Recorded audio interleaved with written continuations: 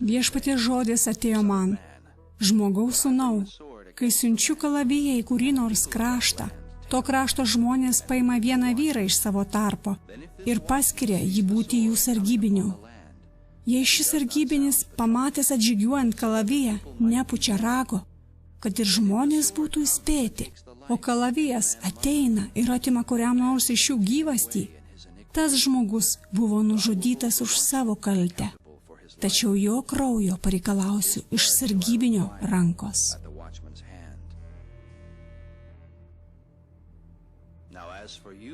Tave, žmogaus sūnau, paskyriau Izraelio namų sargybiniu.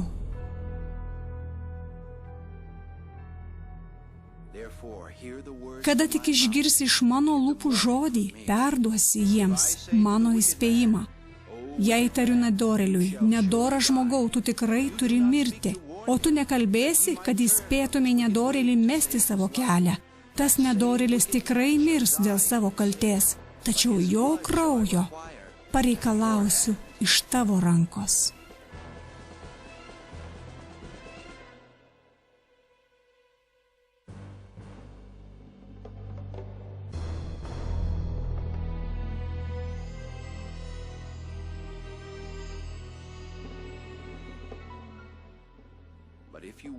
Bet jei tu įspėsi nedorėlį, kad jis grįžtų iš savo kelio, o jis negrįžtų, jis mirs dėl savo kaltės. O tu, o žmogaus sūnau, išgelbėsi savo sielą.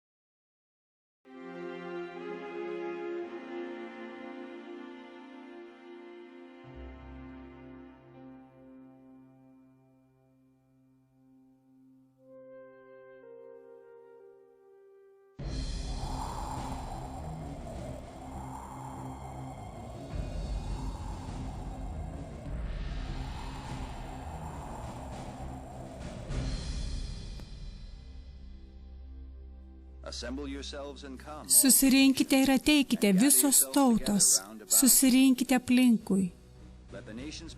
Te pabunda tautos ir te susirenka į slėnį, ten aš sėdėsiu ir teisiu visas tautas.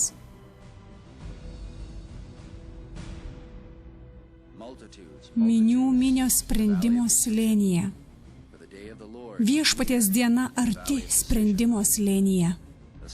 Saulė ir mėnulis aptems, ir žvaigždės liausis spindėjusios. Viešpats taip pat riaumos iš Siono, jo balsas pasigirs iš Jeruzalės. Dangus ir žemė sudrebės. Viešpats bus savo tautos viltis ir Izraelio sūnų stiprybė. Tada jūs žinosite, kad aš esu Viešpats, jūsų Dievas, kuris gyvena Sione, savo šventame kalne. Jeruzalė bus šventa, svetimieji nebemindžios jos. Šimtmečius žmogus tikėjo, kad pasaulio, kokį žinome, pabaiga ateis. Įvykis, prieš kurį vyks ženklai ir stebuklai, mįslingai paslėpti pranašystėse. Bet kartai, keičiant kartą, daug kas klausia, kada tai įvyks. Kiti nirtingai tvirtina, kad tai vyks labai greitai. Biblijos tyrinėtojai sako, kad Armagedonas arti ir jo artėjimo ženklų kasdien gausėja. Mokslininkai rodo ir į Bibliją, ir į laikraščius, bei sakoma tą išsipildymą to, kas buvo užrašyta pergamentuose labai seniai. Tačiau ką jie atranda? Kai kas sako, kad pasaulis vienijasi ir tas vieningas pasaulis bus pabaigos ženklas. Žmogus grįžta prie Babilono bokšto, kur visos žemės tautos kalbėjo viena kalba, taip kad niekas, ką jie beįsivaizduotų, nebus jiems per sunku. Žmonės turi susijungti ir pastatyti savo laiptus į dangų.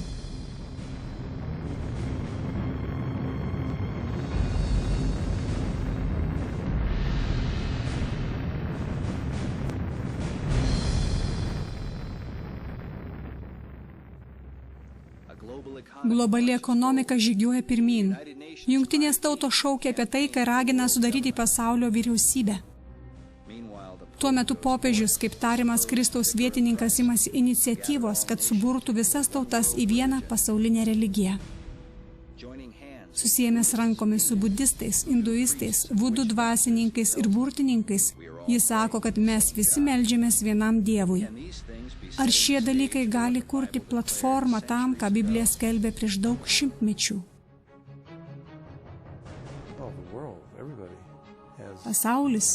Pasaulis turi daugybę gerų priežasčių tikėti Bibliją.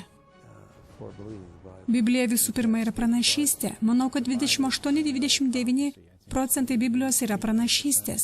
Didžioji dalis pranašysčių jau užsipildė, nes buvo susijusios su pirmuoju Jėzaus Kristaus atėjimu.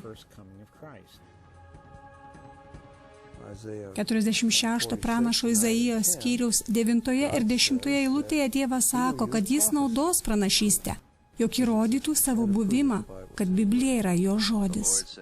Aš esu Dievas ir kito Dievo panašaus į mane nėra. Aš skelbiu pabaigą nuo pat pradžios ir pasakau, kas dar nėra įvykę. Jis sako, kad pasakys, kas įvyks prieš tam įvykstant. Jis prižiūrės istoriją ir užtikrins, kad tai įvyktų. Ir kai tai įvyks, tu negali neigti, jog Dievas yra ir kad Biblija yra jo žodis. Tai visiškai unikalu. Tai viena iš Biblijos savybių, kuri rodo, kad tai nėra tiesiog kasdienė knyga. Ji yra antgamtinė. Nes pranašystė tiksliai išsipildė. Nėra jokios kitos panašios knygos pasaulyje. Koranas to nekalba. Buda niekada to neteigė. Žinote, jūs nesurasite to Bhagavad-gitoje, Ramajanoje ar Mahabharatoje, Indų vedose.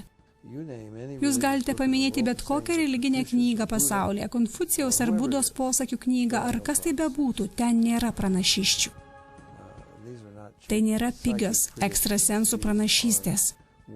Tai pasaulį formuojantys, kuriantys istoriją, pasaulį sukrečiantys įvykiai, kurie tiesą pasakius sukūrė pasaulio istoriją. Visas pasaulis buvo to išsipildymo liudytojas. Pranašystės skambėjo šimtmečius, kai kurios tūkstančius metų prieš joms išsipildant. Ir negali tiesiog nekreipti į tai dėmesio. Jei kas nors yra skeptiškas to atžvilgiu, visa, ką reikia padaryti, yra pažvelgti į pranašystės apie Mesijo atėjimą, jo pirmąjį atėjimą. Jos konkrečiai nusako, kuris gims, kaip mirs, tuos dalykus, kurių joks žmogus negalėtų išgalvoti. Na, jei visos pranašystės apie pirmąjį Mesijo atėjimą tiksliai išsipildė, tada galima labai užtikrintai sakyti, kad kitos pranašystės, kurios dar turi išsipildyti, išsipildys. Tyrinėtojai visame pasaulyje tiki Biblijos pranašystėmis. Tačiau yra daug tų, kurie griebiasi kitokių šaltinių, ieškodami pranašiškų įžvalgų ir informacijos apie paskutinius laikus. Kaip Dievo žodis žvelgia į nebiblinius pranašus ir jų pranašystės. Izaijo 8:20 juos apibūdina taip. Kodėl jūs kreipėtės į dvasias, kurios cypsi ir murma, tuos burtininkus? Greičiausiai pats žymiausias yra 16 amžiaus astrologas Nostradamas, o dabartiniais laikais vadinamas krikščioniškas ekstrasensas Edgaras Keisis.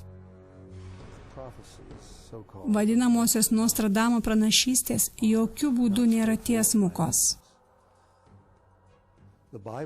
Biblija išdėsto mini vardus, mini vietas.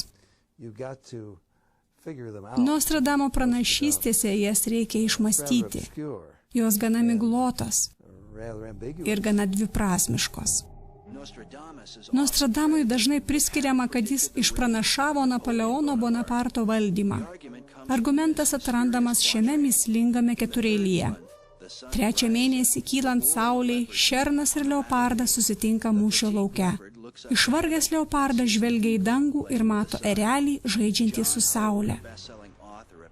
Džonas Haugas, bestsellerių apie Nostradamo pranašystės autorius, siūlo šią interpretaciją. Jis rašo: 3 mėnuo, 1815 metų birželis. Šernas yra Napoleonas, o leopardas, kurį Napoleonas vadino heraldiniu liūtu, simbolizuoja Angliją. Paprastai 3 mėnuo būtų kovas, bet kažkaip Haugas privertė jo būti birželį, kad atitiktų pranašystę. Jis vadina šerną Napoleonu, bet Napoleono vėliavoje buvo erelis, o ne šernas. Po to be jokio paaiškinimo jis paverčia leopardą liūtų, kad jis galėtų simbolizuoti Angliją. Kitame ketureilyje Haugas teisingai sutapatina erelį su Napoleonu, bet erelis taip pat buvo ir kitų tautų simbolis. Jų tarpe Lenkijos, Sadamo Huseino, Irako, Hitlerio nacistinės Vokietijos ir Jungtinių Amerikos valstijų. Kodėl Napoleonas išskiriamas, nepaaiškinama. Įvairūs žmonės pateikia įvairias mintis, ką reiškia ši Nostradamo pranašystė ar ką ta reiškia. Ir labai dažnai jie nagrinėjo pranašystės. Turiu omenyje, jie manė, bet tai neišsipildė. Vėliau po įvykio jie manosi kažką atradę. Metų metus žmonės tvirtino, kad Nostradamas išpranašavo Adolfą Hitlerį šiuo ketureiliu. Žvėrys laukiniai nuo alkio persikels per upes, didžioji dalis mūšio lauko bus prieš Hitlerį. Ar Nostradamas neteisingai užrašė Hitlerio pavardę, suklysdamas 1 ar 2 raidėmis? Tikinti Nostradamo pranašystėmis rašytoja Erika Cheatham pripažįsta, kad komentatoriai iki 1930 metų suvokė Hitlerį kaip nuorodą į Dunojų, kuris lotyniškai yra Ister. Kaip ir Napoleono atveju, Nostradamo šalininkai turi pakeisti, ką jis iš tiesų parašė, kad tai tiktų konkrečiam įvykiui. Ta pati autorė tęsė, sakydama, galiu atmesti 95% Nostradamo pranašysčių kaip istorinius sutapimus. Švaistyčiau savo laiką tyrinėdamas Nostradamo pranašystės dėl daugelio priežasčių. Visų pirma, jis net nepažįsta Dievo. Jis nėra tikras Dievo pranašas. Dievas nekalba per jį. Biblijoje jie tai tvirtina. Ezekielis, pavyzdžiui, daugiau nei 50 kartų sako, viešpaties žodis atėjo man. Jie sako tai aiškiai. Jie labai aiškiai sako, jog Dievas kalba per juos. Nostradamas to nesako. Priešingai nei Biblijos pranašai, Nostradamas naudoja būrimo būdą, žinoma burtininkų tarpe kaip scrying. Šiuolaikinė burtininkavimo enciklopedija apibūdina tai kaip susikoncentravimą į daiktą, kol pasirodo vizija. Ji tęsė, sakydama, kad magai ir burtininkai praktikavo šį būdą šimtmečius. Vienas iš šio būrimo tikslų yra ateities spėjimas. Daiktas, į kurį koncentruojamasi, dažniausiai yra spindintis glotnaus paviršiaus, kaip kad kristalinis rutulys, kurį naudoja čigonės ateities peikės. Rašalą, kraują ir kitus tamsius skysčius naudojo egiptiečiai. Nostradamas naudojo dubenis su vandeniu. Pakartoto įstatymo knygoje Dievas sako, nebus tarp jūsų tokių, kurie spėja ateitį, ar aiškina ženklus, ar keri, ar būrė, ar žavi, ar iškvietinėja mirusiųjų dvasias. Nes kiekvienas, darantis tai, yra siaubingai pasibjaurėtinas viešpačiui.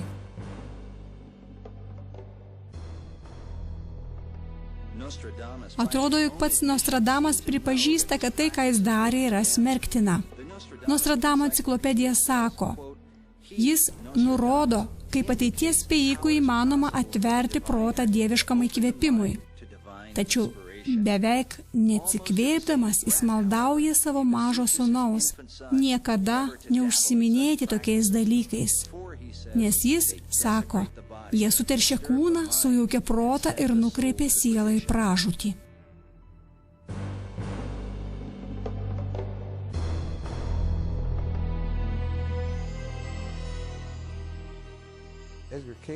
Edgaras Keisis pradėjo tikėti tuo, kai buvo presbiterijonų sekmadieninės bažnyčios mokytojas, o įsivėlė į tai per hipnozę. Jis turėjo gerklės ligą ir buvo hipnoze išgydytas nuo jos. Tada jis ėmė hipnotizuoti pats save. O po to, būdamas tokioje būsenoje, ėmė matyti regėjimus. Jis buvo pakitusios sąmonės būsenoje. Ir jis gavo informaciją, kaip sakė jis, iš tos informacijos. Taip jis tai vadino. Informacija. Jam tai kalbėjo ne Dievas. Jis uždėdavo ranką ant trečiosios akies ir įeidavo į tą transą. Jis minėdavo žmonių vardus, adresus ir taip toliau. Taip, aš matau kūną. Ir jis galėdavo apibūdinti asmenį, kuris yra už daugybės mylių. Tad tai buvo labai įspūdinga. Vieną dieną, kai jis išėjo iš transo, jie pasakė jam, kad jis kalbėjo apie kai kuriuos, kurie reinkarnavo. Jis netikėjo reinkarnaciją. Tiesą pasakius, tai prieštarauja Biblijai. Biblija sako, kad žmonėms skirta vieną kartą mirti. Bet jis nekreipė dėmesio į tai, ką sako Biblija, nes ta informacija, kurią jis gaudavo pakitusioje būsenoje, sakė, kad reinkarnacija yra tikras įvykis. Keisis nuėjo tiek toli, kad ėmė mokyti apie Biblijos veikėjų reinkarnaciją, įskaitant patį Jėzų. Jis mokė, kad Jėzus buvo Jozo šile, Juozapas faraono rūmuose, Melchizedekas, kai jis laimino Abraomą, Enochas, kai jis perspėjo žmonės, Adomas, kai jis klausė Ievos. Keisis mokė, kad Kristus nėra žmogus. Nors Biblija sako, kad yra vienas Dievas ir vienas Dievo ir žmonių tarpininkas, žmogus Kristus Jėzus. Ir perspėja, kad kiekviena dvasia, kuri neišpažįsta Jėzaus Kristaus kūne atėjusio, nėra iš Dievo. Džonas Van Okenas, autorius rašęs apie Keisį, sako, kad akivaizdu, kad Keisio požiūris į Jėzų Kristų labai skiriasi nuo bažnyčios požiūrio, kai jis atmetė savo išorinę esybę ir pakėlė gilesnį į protą į visuotinę sąmonę. Per jį mums buvo suteiktas naujas požiūris į Jėzų Kristų. Apaštalas Paulius perspėjo, bijau, kad kaip gyvatė savo gudrumu suvedžiojo Ievą, taip ir jūsų minčių neatitrauktų nuo Kristaus. Matyk, kas užklydęs ima skelbti kitą Jėzų, negu mes paskelbėme. Jūs tai pakenčiate. Manau, kad Biblijoje yra 7 netikro pranašo požymiai. Pakartoto įstatymo 13 skyriuje turime pirmąjį. Jei pranašas ar sapnuotojas duotų tau kokį ženklą, tai įvyktų. Net netikri pranašai gali pasakyti dalykus, kurie įvyksta. Bet jie veda tave paskui svetimus dievus. Tai požymis numeris 1. Tai, ką jis sako, prieštarauja Biblijai. Tai, ką jis sako, neveda tavęs prie tikrojo Dievo, pranašiščių Dievo. Pranašiščių, kurios dera su kitomis pranašystėmis. Tai veda prie kito Dievo.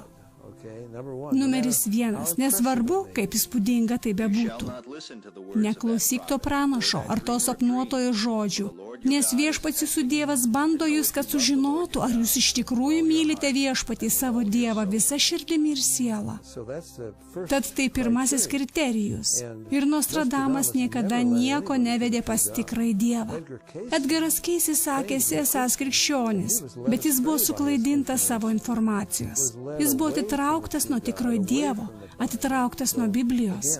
Tad visai nesvarbu, koks įspūdingas jis buvo, jis nuvedė tave paskui kitus dievus. Antrasis netikrojo pranašo kriterijus. Pakartoto įstatymo 18 skyrius. Jis sako kažką, bet ką, kas neįvyksta. Jis nėra Dievo pranašas. Tai yra tai, ką sako Biblija, tai logiška. Jei savęs klaustumai, kaip galime žinoti, kad tas pranašavimas nėra buvęs viešpaties ištartas? Jeigu pranašas kalba viešpaties vardu, bet pranašavimas neišsipildo ar nepasitvirtina, to pranašavimo viešpats nėra ištaręs. Pranašas kalbėjo įžūliai savimi pasitikėdamas, todėl nebijo. Nostradamo ir Edgaro Keisio pranašystės ne visada buvo miglotos. Tarp daugelio neišsipildžiusių pranašysčių buvo Nostradamo spėjimas, kad 1999 metais danguje pasirodys didis siaubo karalius. Nostradamo pasekėjai mokė, kad tai bus trečiojo pasaulinio karo pradžios ženklas ir antikristo pasirodymas. Šios pranašystės aiškinimai skiriasi, bet šiandien aišku, kad joks toks dalykas neįvyko. Tikinti Nostradamų autorė Erika Čitam iš tiesų pripažįsta, kad Nostradamo galios tikrai kartais pavesdavo jį pranašystėse. Edgaras Keisis savo ruožtu pranašavo, kad pražuvęs Atlantidos miestas iškils iš vandenyno 1968 ar 69 metais. Jis taip pat pranašavo, kad prieš 1998 metus Los Andželas ir San Franciskas bus sunaikinti žemės drebėjimu, o didžioji dalis Japonijos bus apsemta vandens. Nepaisant tokių didžiulių nesėkmių, daug tyrinėtojų toliau įnirtingai tvirtina, jog kadangi atrodo, kad tokie pranašai matė iš dalies tiksliai, į jų pranašystės reikia atsižvelgti. Tačiau, jei regėjimas nėra iš Dievo, kaip kad teigia įrodymai, tai koks tada jų šaltinis? Prieš daug metų turėjau draugą, kuris buvo pagrindinis ar vienas iš pagrindinių Nostradamo ekspertų. Mes kalbėdavome apie tai truputį, jis rašė knygas apie tai. Jis niekada neįtikino manęs, kad Nostradamo pranašystės buvo teisingos. Bet sakykime, kad buvo teisingų, nes jos yra dviprasmiškos. Sakykime, kad buvo teisingų. Kaip jos galėjo būti pusiau teisingos? Jos turi būti įkvėptos ne Dievo, nes Dievas nėra pusiau teisingas. Jis net neteigia, kad tai iš Dievo. Tai regėjimai ir kažkas, ką jis gauna iš kažkokio šaltinio. Bet jis nėra toks kaip Dievo pranašai, nedera su Dievo pranašais. Jis neveda nieko prie Dievo. Tad jo šaltinis turi būti kažkas kitas.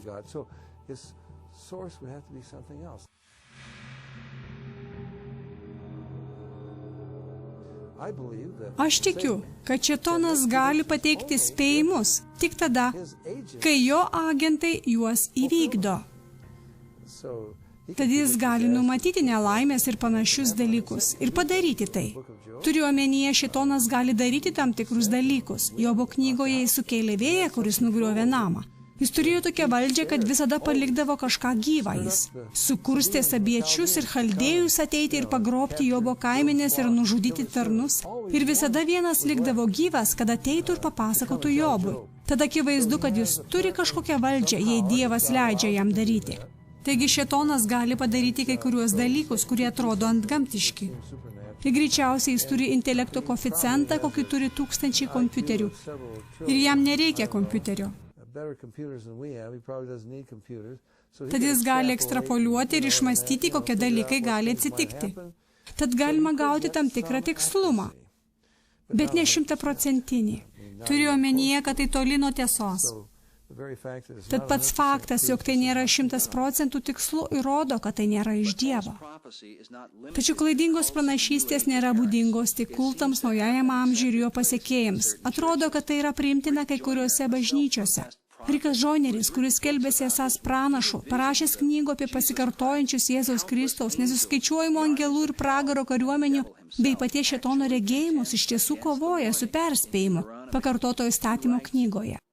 Jis rašo, vienas iš didžiausių pavojų, kurie daro poveikį bręstantiems pranašams, yra klaidingas Senojo testamento raginimo aiškinimas, kad jei pranašas kada nors pranašavo apie kažką, kas neišsipildė, jis nebelaikomas tikrų pranašų.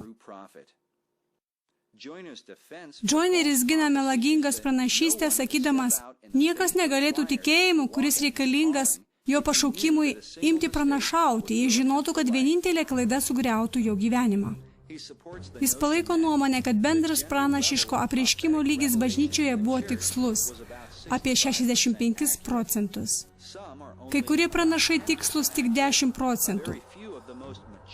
Pačių brandžiausių pranašų tikslumas siekia nuo 85 iki 95%. Pranašystės tyrumas auga, tačiau vis dar tebėra daug vietos tobulėjimui. Tai iš tiesų malonė bažnyčiai dabar. Nes 100% tikslumas atneš su savimi bažnyčiai tokios atsakomybės lygį, kurio ji negali pakelti, nes šiuo metu yra per daug nebrandi.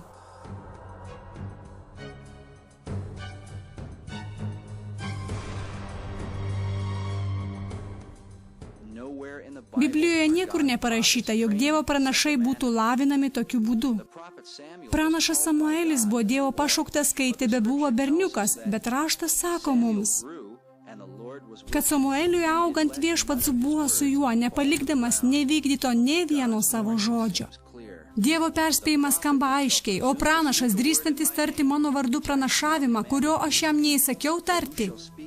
Ar pranašas kalbantis kitų dievų vardu, tas pranašas turi mirti.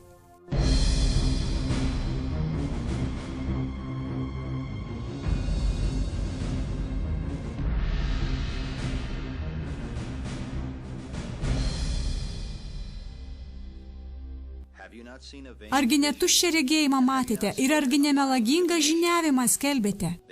Sakydami, taip sako viešpats, nors aš nekalbėjau. Todėl taip kalba viešpats Dievas, kadangi skelbėte niekus ir regėjote melą, aš esu prieš jūs, sako viešpats.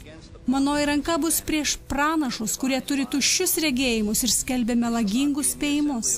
Jie nebus mano tautos susirinkime, nebus įrašyti į Izraelio namų sąrašą. Taip jūs žinosite, kad aš esu viešpats Dievas.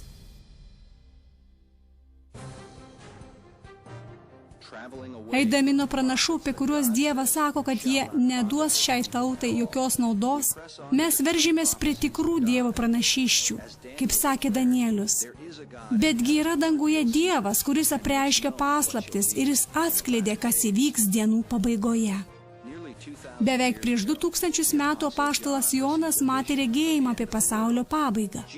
Jėzus pasakė jam, tad užrašyk, ką būsi regėjęs, kas yra ir kas turi vėliau įvykti. Jis pasakė, aš, Jėzus, pasiunčiau savo angelo jums tai paliudyti apie šiuos dalykus bažnyčiose.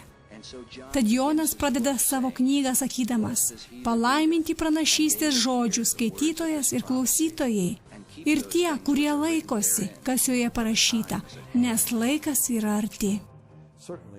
Žinoma, Apreiškimo knyga yra pirminis šaltinis apie paskutinės dienas. Tarp daugybės regėjimų, kuriuos matė Jonas, jis išvydo kažką, kas šimtmečius intriguoja Biblijos tyrinėtojus. Vieningo pasaulio imperija, kuri įsigalės paskutinėmis dienomis. Imperija, kurią galiausiai valdys vienas žmogus. Manau, kad aiškiausiai to įrodymai Biblijoje yra Apreiškimo ir Danieliaus knygose, kur apie tai kalbama konkrečiausiai. Bet galvoju, kad 13 Apreiškimo skyrius yra nenuginčiamas. Nes kiekviena tauta, gentis ir kalba, kurios garbina žvėrį, negali pirkti ar parduoti. Jis verčia visus didelius ir mažus, turtingus ir vargšus, laisvus ir vergus. Jonas apibūdina mįslingą asmenybę vadinamą žvėrimi, žmogų, kuris bus suvienyto pasaulio valdovas. Danieliaus pranašystėje skaitome, kad jo imperija valdys pasaulį. Ir taip pat Apreiškimo knygoje skaitome, kad kiekviena tauta, gentis ir kalba yra jo pavergti, bei negali pirkti ar parduoti be jo ženklų. Jam buvo suteikta valdžia visoms gentims, tautoms, kalboms ir giminėms. Šį žvėrį remia antrasis žvėris, žinomas kaip netikras pranašas, ir kuris verčia visą pasaulį garbinti žvėrį. Jis verčia visus, mažus ir didelius, turtuolius ir vargdienius, laisvuosius ir vergus, pasidaryti ženklą ant dešinės rankos arba ant kaktos, kad niekas negalėtų nei pirkti, nei parduoti, jei neturės to ženklo žvėries vardo ar jo vardo skaičiaus. Čia slypi išmintis. Kas sugeba, te apskaičiuoja žvėries skaičių, nes tai žmogaus skaičius. Ir jis yra 666. Ta pastraipa apibūdina pasaulinę vyriausybę, visišką diktatorystę, globalią ekonomiką. Niekas negali pirkti ir parduoti, neturi ženklo. Ir globalią prievartą, kuri tampa galima. Tad mes turime visus žmonės, tai apima visus. Dievas skiria daug vietos, sakydamas turtingi ir vargšai, laisvi ir vergai. Žinote, kad suprastume, jog tai viso pasaulio suvienijimas, kuris apima kiekvieną tautą, gentį ir kalbą. Tačiau apie šį vienos imperijos pasaulį 100 metų anksčiau matė pranašas Danielius. Senovės Babilono karalius Nebukadnecaras sapne regėjo didžiulę statulą. Dievas pasiuntė Danielių, kad jis išaiškintų sapną, ir Danielius išaiškino